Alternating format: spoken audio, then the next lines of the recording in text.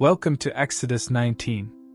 In the 3rd month after leaving Egypt, the children of Israel journeyed into the wilderness of Sinai. They set up camp in the wilderness and pitched their tents before the great mountain. Moses, their leader, ascended the mountain to meet with God. There, the Lord called out to him and gave him words to speak to the people. God reminded Israel of what he had done for them, how he struck down the Egyptians, carried his people on eagle's wings, and brought them safely to himself. He declared a covenant: if Israel would obey his voice and keep his commandments, they would be his treasured possession above all nations, a kingdom of priests, and a holy nation. Moses carried these words back to the people, and together they responded with one voice. "All that the Lord has spoken we will do." Moses then returned their answer to God. The Lord told Moses he would appear in a thick cloud so that the people might hear his voice and believe in Moses' leadership forever. But before this encounter, the people were to consecrate themselves.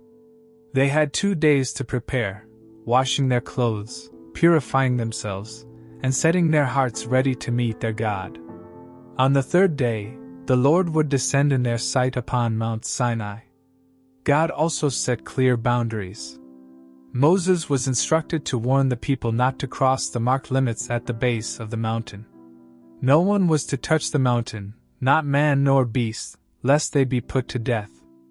Only when the trumpet sounded long would they be permitted to draw near. Moses went back and consecrated the people. They washed their garments and abstained from ordinary activities, readying themselves for the sacred moment.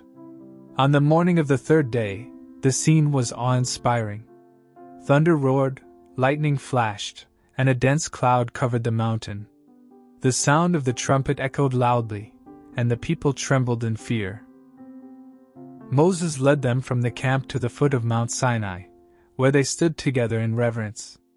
The mountain itself was consumed with smoke, for the Lord descended upon it in fire. The whole mountain quaked violently, and the smoke rose like the billows of a furnace. The trumpet blast grew louder and louder until Moses spoke aloud, and God himself answered with his mighty voice. The Lord then descended to the top of Mount Sinai and summoned Moses upward. There, God gave further instructions. Moses was to return quickly and warn the people once more not to break through the boundaries out of curiosity or pride, lest they perish. Even the priests who ministered to God were to consecrate themselves, or the Lord's holiness would break out against them. Moses reminded the Lord that the people had already been warned and that boundaries were set. Yet God insisted. Moses was to go back, reinforce the warning, and then return with Aaron. None of the rest of the people or priests were to climb. So Moses went down once more and spoke God's commands to the people, preparing them for the holy encounter that would change their nation forever. Exodus 19 shows God calling Israel to be his holy people.